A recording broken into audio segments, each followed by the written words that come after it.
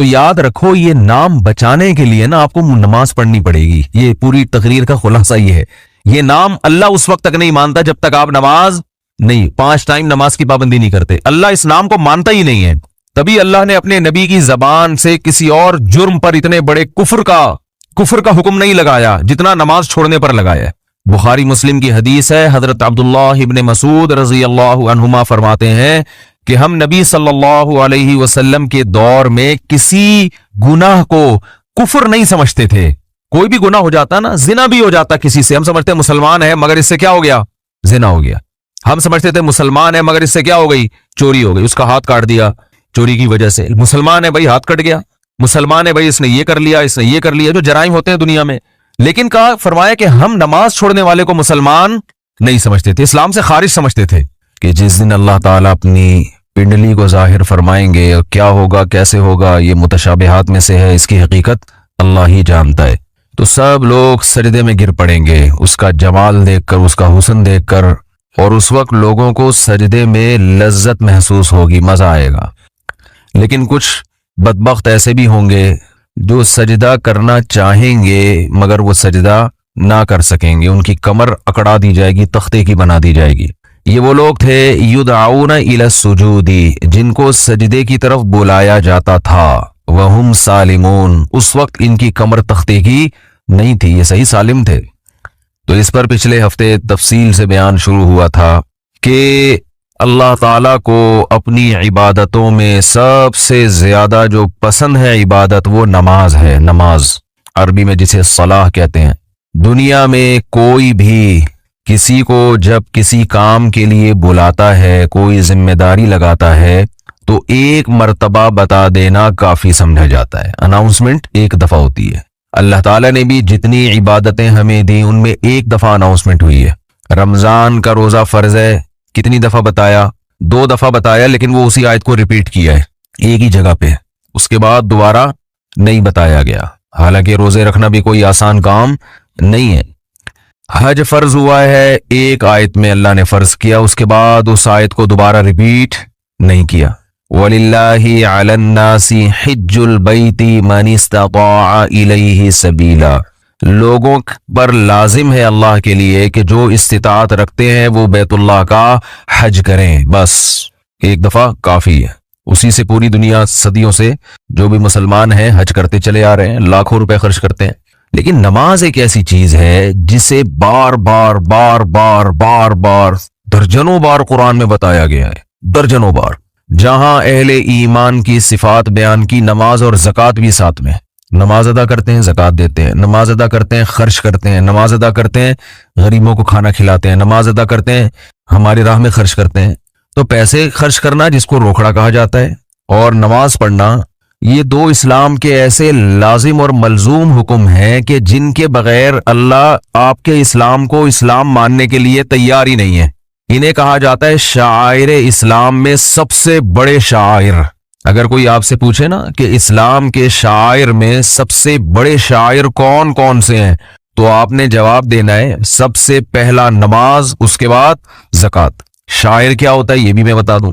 ہر قوم کی ایک مخصوص پہچان ہوا کرتی ہے, ہر مذہب کی ایک مخصوص پہچان ہوا کرتی ہے, ہر ملک کی ایک مخصوص پہچان ہوا کرتی ہے جس سے وہ دوسروں سے جدا ہو جائے. دیکھو انسان کی ایک مخصوص پہچان ہے, اس کا نام. بچہ پیدا ہوتے ہی ماں باپ سب سے پہلا کام کیا کرتے ہیں, نام رکھو, کہ یہ نام اسے دوسرے انسانوں سے ممتاز اور جدا کرے گا, کیونکہ سب ایک جیسے ہیں نا. مثال کے طور پر نادرا والے یہ قانون بناتے ہیں کہ جو بچہ پیدا ہو اس کی ناک کا سائز, آنکھوں کا سائز رجسٹر کروا لیں, یہ بتا دیں کیسی ہے ناک اور آنکھیں کیسی ہیں, تاکہ ہمیں پتہ چل جائے یہ الگ ہے اور وہ دوسرے الگ ہے. یا والدین بھی ایسا کرتے کہ ہمارے 6 بچے ہیں, تو یہ والا چونکہ تھوڑی سی موٹی ناک ہے, وہ والے کی تھوڑی سی پتلی ہے, تو ہم اس کو ہم کہیں گے موٹی ناک والا اور اس کو کہیں گے پتلی ناک والا. یعنی صفات سے ہم بلائیں گے اور فرق کریں گے, یہ والا وہ یہ والا ہے, وہ والا نہیں ہے یہ, اور وہ والا ہے, وہ والا یہ والا نہیں ہے. کتنی ٹینشن ہو جاتی کہ نہیں ہو جاتی. بھائی ہو سکتا ہے تیسرا بچہ پیدا ہوتا اس کی بھی موٹی ناک ہوتی. اب موٹی میں درمیانی درجے کی موٹی اور زیادہ موٹی, کیا ہو گیا. نادرا والے بھی ٹینشن میں, وہ ڈیٹا جب سرچ کرتے تو بھائی 2 آنکھوں والے کتنے ہیں, تو سارے 2 آنکھوں والے ہیں. بڑی آنکھوں والے تو بڑی میں لاکھوں کروڑوں ایسے آ جاتے جن کی آنکھیں بڑی ہیں. चाइना आंखें, छोटी छोटी आंखें, लाखों करोड़ हैं जिनकी चाइना वाले जैसे आंखें होंगी। तो सबसे पहले जो इंसान की पहचान है वो क्या है? नाम। भाई इसका नाम वसीम है, इसका नाम सत्तार है, इसका नाम गफ्फार है। और फिर नामों में भी एक दूसरे से फर्क करने के लिए वल्दियत डाल दी जाती है। ये सलीम भाई, ये भी सलीम, ये भी सलीम, लेकिन ये सलीम जो वसीम का बेटा और ये सलीम जो सत्तार का बेटा, वल्द सत्तार। ऐसा ही होता है कि नहीं होता? लेकिन इसमें भी फिर कंफ्यूजन होती है। सलीम वल्द सत्तार बहुत से होंगे। भी मैं चंद दिन पहले किसी मजलिस में गया तो एक साहब आए, तारुफ, आपका नाम क्या है? मैंने कहा तारिक मसूद। मैंने कहा आपका? कह रहे तारिक मसूद। बिल्कुल वही नाम, कर लो क्या करना है भाई। और चलें आगे, एक साहब का नाम भी तारिक मसूद, मेरा नाम भी तारिक मसूद। और जब उनसे उनका नाम पूछा गया तो उनका नाम मुफ्ती तारिक मसूद, मुफ्ती भी उनके शुरू में लगा हुआ है। तो कितनी कंफ्यूजन है ना। तो कुछ चीजें हमेशा ऐसी होती हैं जिनको देख के फौरन पता चल जाए ये वाला वो वाला नहीं। जैसे नामों में भी अगर कंफ्यूजन होगी तो ये जो अंगूठा है ना, अंगूठा नादरा इससे ट्रेस करता है। ओ भाई ये अंगूठा दूसरे अंगूठे से नहीं मिलता। इसको जला भी दोगे ना, अगर जला दो, तेजाब फेंक के मिटा दो, दोबारा जो नई स्किन निकलेगी उसमें वही डिजाइन फिर बना हुआ होगा जो पहले था। ये अल्लाह की कुदरत है कि अल्लाह ने आपको दूसरों से मुमताज करने के लिए उसी स्टाइल में लकीरें दी हैं जो पहले आपके पास थी। अब अंगूठा ही कोई काट दे तो एक अलग बात है, क्योंकि लकीरें अंगूठे पे होती ना, अंगूठा ही खत्म हो गया तो फिर क्या करोगे। तो ऐसी लकीरें फिर सिर्फ अंगूठे की नहीं, सारी उंगलियों की जिस तरह से हैं उसी तरह ही रहेंगी हमेशा ये। तो असल में आपकी जो पहचान है ना वो क्या है? ये अंगूठा। जब भी अंगूठे का तस्करा आता है मुझे वो सब्जी वाला याद आता है जिसके अंगूठे में 1 साल तक लेके बैठा रहा। यही सोचते थे हम कि इंसान की पहचान किससे होती है? अंगूठे से। तो उसने हमें यह कहा था कि हमेशा अपना पैसा खानदानी आदमी को दो जो तुम्हें फ्रॉड ना करे तुम्हारे साथ। तो मैंने कहा कौन है? कह रहे मेरे जैसा खानदानी होना चाहिए। तो मैंने कहा अपना आईडी कार्ड दोगे? उसने कहा जब चाहो ले लो। मैंने कहा देखो इस्लाम में हुक्म यह है कि स्टैम्प पेपर पे, यानी रिटर्न में सही कानूनी कार्रवाई होनी चाहिए, तो स्टैम्प पेपर पे ये लिख के दो। स्टैम्प पेपर पे लिख लो। मुझे तो लग रहा था भाई बड़ा खानदानी हर चीज। तो उसने मैंने कहा अंगूठा भी लगा दो? उसने कहा जब चाहो, जितनी चाहो उंगलियों के अंगूठे। कई जगहों पे अंगूठे लगे हुए थे। जब वो पैसे लेके भागा है कई दिनों तक उसके अंगूठे हम देख देख के वो किसी ने पहनाई, अब हमने उसको वापस पहनाई है। बड़ी शुक्र है वापस ले ली, अच्छा आदमी था। आज इतवार बाजार से बकरी खरीद के लाया था। उसने कहा गाबन है, बकरी के बारे में उसने कहा गाबन है। हम दे दिया उसको, चेक दे दिया। मैंने कहा चलो भाई। बकरी लेकर आए तो मोहल्ले पड़ोस वालों ने कहा भाई ये गाबन नहीं है। खैर जितने जान पहचान वाले बकरी वाले उनको उसकी तस्वीरें खींच खींच के भेजी। बॉस ने कहा ये डाउट है। तो हमने कहा उसको फोन किया, शुक्र है नंबर था, अच्छा आदमी था, उसने वापस ले ली। चलो खैर, अंगूठे की बात चल रही थी। असल क्या चल रहा था? अंगूठा। अच्छा आदमी था इसलिए वापस ले ली। उसको भी किसी ने पहनाई थी ना, उसकी अपनी नहीं थी। पहनाना चल रहा है ना, तुम उधर पार्सल करो वो आगे पार्सल कर दे। ये बिजनेस पाकिस्तान में क्या चल रहा है? ये है बिजनेस कि आप उसको टोपी कराओ वो उसको आगे पहना दे, वो आगे पहना दे। तो अब हमने जब रिवर्स की है तो अब पता नहीं कहां तक रिवर्स होगी। वो ही आए तब पढ़े तो पास कर वरना बर्दाश्त कर। ठीक है ना। तो बचपन में लाइन में खड़े होते थे ना, किसी को यूं मारता था, जब वो गुस्से में पीछे मुड़ के देखता स्कूल की लाइन में तो कहता आगे पार्सल कर दे। तो आगे पार्सल करते वो फिर आखिर तक जाता था। खैर, तो वो अंगूठे जो थे, मैंने पहले बंदा तलाश किया। बंदा कराची में कहाँ मिलता है आपको पता है।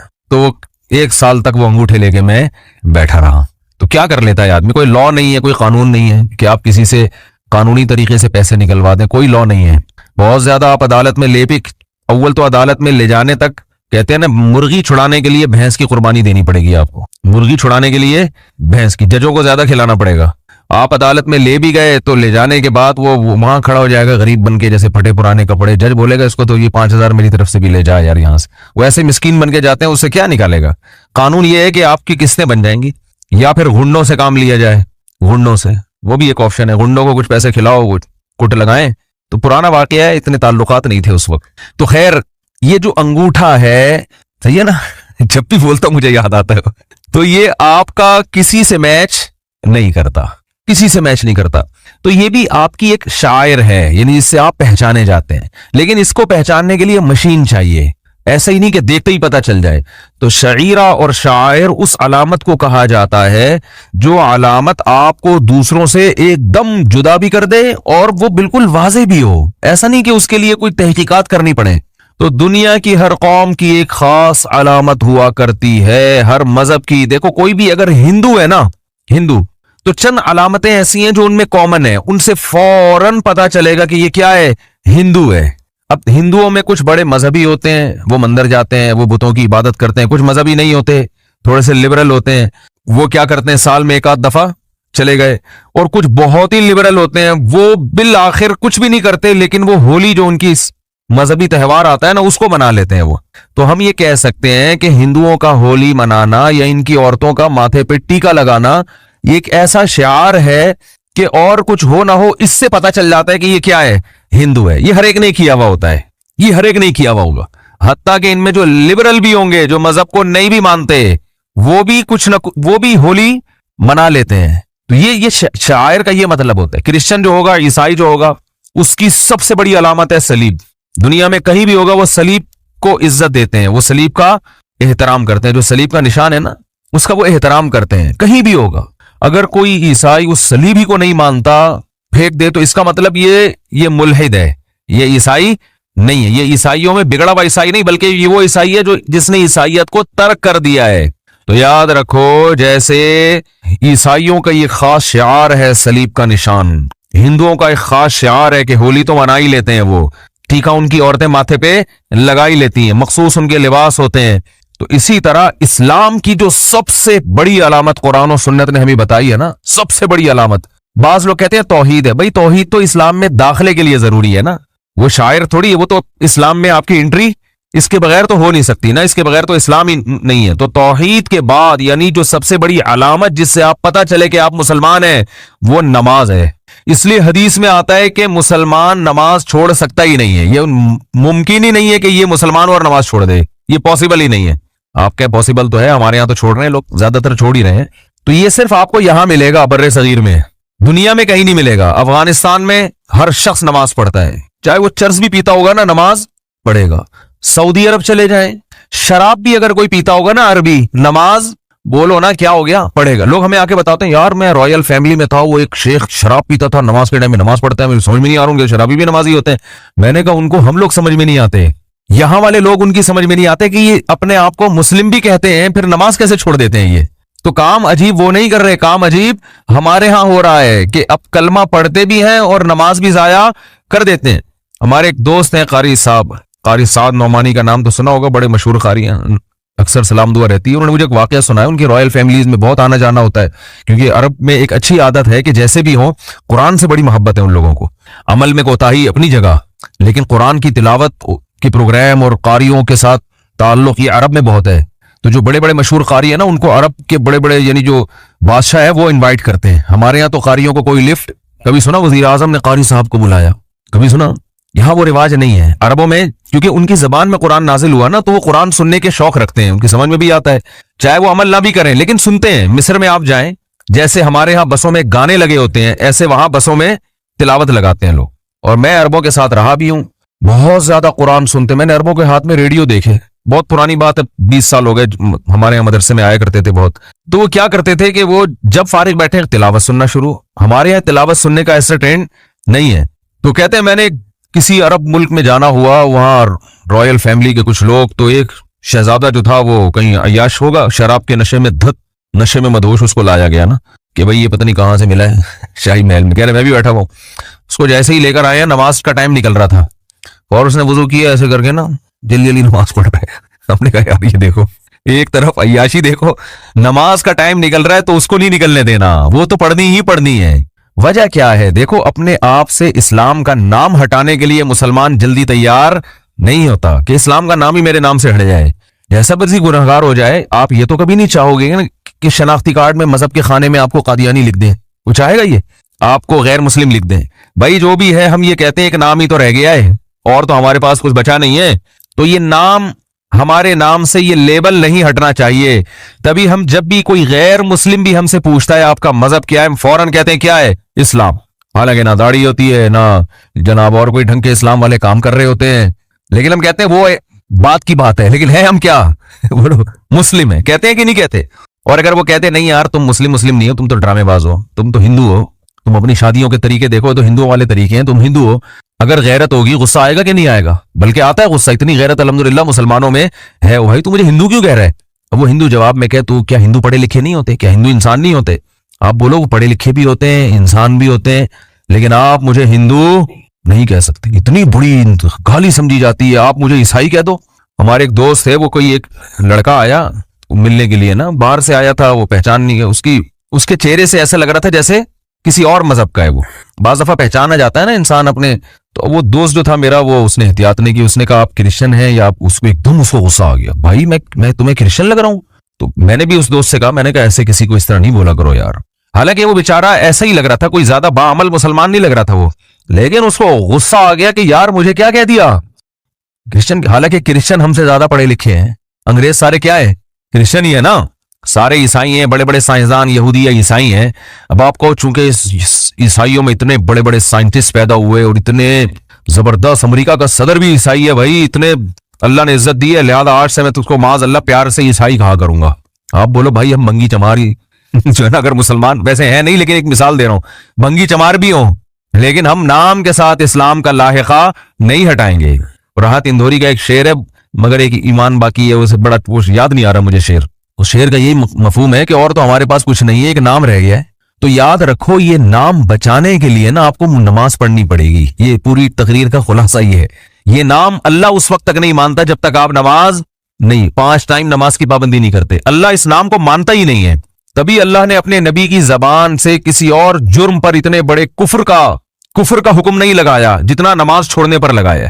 بخاری مسلم کی حدیث ہے, حضرت عبداللہ ابن مسعود رضی اللہ عنہما فرماتے ہیں کہ ہم نبی صلی اللہ علیہ وسلم کے دور میں کسی گناہ کو کفر نہیں سمجھتے تھے. کوئی بھی گناہ ہو جاتا نا, زنا بھی ہو جاتا کسی سے, ہم سمجھتے مسلمان ہے مگر اس سے کیا ہو گیا, زنا ہو گیا. ہم سمجھتے تھے مسلمان ہے مگر اس سے کیا ہو گئی, چوری ہو گئی, اس کا ہاتھ کاٹ دیا چوری کی وجہ سے. مسلمان ہے بھائی, ہاتھ کٹ گیا. مسلمان ہے بھائی, اس نے یہ کر لیا, اس نے یہ کر لیا, جو جرائم ہوتے ہیں دنیا میں. لیکن کہا فرمایا کہ ہم نماز چھوڑنے والے کو مسلمان نہیں سمجھتے تھے, اسلام سے خارج سمجھتے تھے. تبھی آپ دیکھو قرآن مجید کیا کہتا ہے, فَوَيْلٌ لِّلْمُصَلِّينَ الَّذِينَ هُمْ عَنْ صَلَاتِهِمْ سَاهُونَ الَّذِينَ هُمْ يُرَاءُونَ. تباہی ہے ان نمازیوں کے لیے جو نماز میں ریاکاری کرتے ہیں, صرف دکھانے کے لیے پڑھ رہے ہیں, اللہ کے لیے نہیں پڑھ رہے. یہ وہ لوگ ہیں جو منافق تھے. تو اللہ نے منافق کی یہ علامت نہیں بیان کی کہ وہ نماز نہیں پڑھتا. پوائنٹ کی بات ہے, اس کو کھوپڑی میں بٹھائیں. اللہ نے منافق کی علامت بیان کی وہ جھوٹ بولتا ہے. اللہ نے منافق کی علامت بیان کی وہ وعدے کی خلاف ورزی کرتا ہے. وَإِذَا اؤْتُمِنَ خَانَ, جب اس کے پاس امانت رکھوائی جائے تو خیانت کرتا ہے. زبان میں 2 نمبری, ہر چیز میں. لیکن قرآن کہہ رہا ہے کہ یہ کہیں نہیں کہا کہ منافق نماز نہیں پڑھتا, یہ نہیں کہا قرآن نے. کیا ہو گیا بھائی, قرآن نے منافق کی علامتیں بیان کی ہیں کہ یہ جرم بھی کرتا ہے, رشتہ داری توڑتا ہے. یہ بھی قرآن نے کہا منافق کیا کرتا ہے, رشتہ داری کو توڑتا ہے. یفسدون فی الارض, زمین میں فساد میں چاہتا ہے, ادھر چولیاں لگانا, ادھر سے ادھر, ادھر کی ادھر, ادھر کی ادھر کر کے لوگوں کو آپس میں لڑوانا, فتنہ پھیلانا, اجتماعیت کو توڑنا, مالداروں کو غریبوں پہ خرچ کرنے سے روکنا, یہ سارے کام کرے گا. قرآن میں ایک جگہ بھی نہیں ہے کہ نماز نہیں پڑھتا منافق, یہ نہیں ہے. ارے بھائی جب اتنے بڑے بڑے جرم کر سکتا ہے تو نماز تو سب سے مشکل چیز ہے نا, مشکل عبادت ہے, تو وہ کیوں پڑھ رہا ہے منافق؟ ارے منافق کو کیا ضرورت ہے, جب تم جھوٹ بول سکتے ہو, نبی کے خلاف لوگوں کو ورغلا سکتے ہو, تو نماز بھی گول کر دو. قرآن کہہ رہے ہیں نا نا نا نا نا, منافق نماز کا بڑا سخت پابند ہوتا ہے. فویل للمصلین, تباہی ہے ان منافق نمازیوں کے لیے جو پکے نمازی ہیں. یعنی منافق کی علامت ہے کہ وہ نماز پڑھتا ہے, لیکن کیوں, یراؤن, صرف نبی اور صحابہ کو دکھانے کے لیے, اللہ کے لیے نہیں پڑھتا وہ. اس سے پتا چلتا ہے کہ منافق بھی نماز نہیں چھوڑتے تھے. ان کو پتا تھا کہ اگر نماز چھوڑ دی تو لوگوں کو پتا چل جائے گا کہ یہ اسلام سے اس کا تعلق نہیں ہے. تو یہ شو کرنے کے لیے کہ ہم مسلم ہیں, ہمیں مسلمانوں جیسا سلوک کرو, ہمیں مسلمانوں کے قبرستان میں دفناؤ, ہماری مسلمان عورتوں سے شادیاں کرو, جب میدان جنگ میں فتح ہوتی ہے تو مال غنیمت میں ہمیں بھی حصہ دو, یہ تمام کی تمام مسلمانوں والی فیسلٹیز حاصل کرنے کے لیے منافق کو بھی نماز باجماعت میں حاضری دینا پڑتی تھی, یہ شو کرنے کے لیے کہ میں کیا ہوں, مسلم ہوں. اور آج پکے مسلمان کو بھی حاضری دینے کی ضرورت, بولو بھائی, نہیں ہے. پکا مسلمان ہوگا, دفن ہونا چاہتا ہے مسلمانوں کے قبرستان میں, اس کام کے لیے اس کو پوری زندگی نماز نہ پڑھے, کوئی فرق, بولتے کیوں نہیں, بولو نا یار, نہیں پڑھتا, پوری زندگی نماز نہ پڑھے. مسلمان لڑکی سے شادی کرنا چاہتا ہے, اس کے لیے نہ اس لڑکی کو ضرورت ہے کہ اپنا مسلمان نمازی ہونا ثابت کرے, نہ لڑکے کو, ویسے ہی نکاح ہو جاتا ہے, چل بھائی, ہے سب بے لگام اونٹ نہیں ہوتے جیسے. تو یہ وہ نہیں ہے جو جس پہ صحابہ اور تابعین تھے, یاد رکھو. یہ ہمارا اپنا اسلام ہے جو شاید قیامت میں مسترد ہو جائے, شاید مسترد ہو جائے. تو اس لیے اسلام کی جو سب سے پہلی علامت ہے کہ ہندو جب آپ کو دیکھے گا تو اسے پتا چل جائے گا کہ مسلمان ہے، وہ کیا ہے؟ جیسے ہی یدعون الی السجود، قرآن کہتا ہے جب سجدے کے لیے بلایا جاتا ہے، حی علی الصلاۃ کی ندا لگتی ہے تو یہ اس ندا پر لبیک کہتا ہوا مسجد کی طرف جاتا ہے، 5 ٹائم نماز پڑھتے ہیں۔ یہ علامت ہے سب سے بڑی کہ جو آپ کو فرق کرے گی کہ یہ مسلم ہے اور یہ نن مسلم ہے، یہ غیر مسلم ہے، یہ مسلم ہے۔ تو یہ جو ہمارے ہاں اتنا حساب چل رہا ہے نا، اندھی چل رہی ہے، بالکل پڑھتے ہی نہیں نماز۔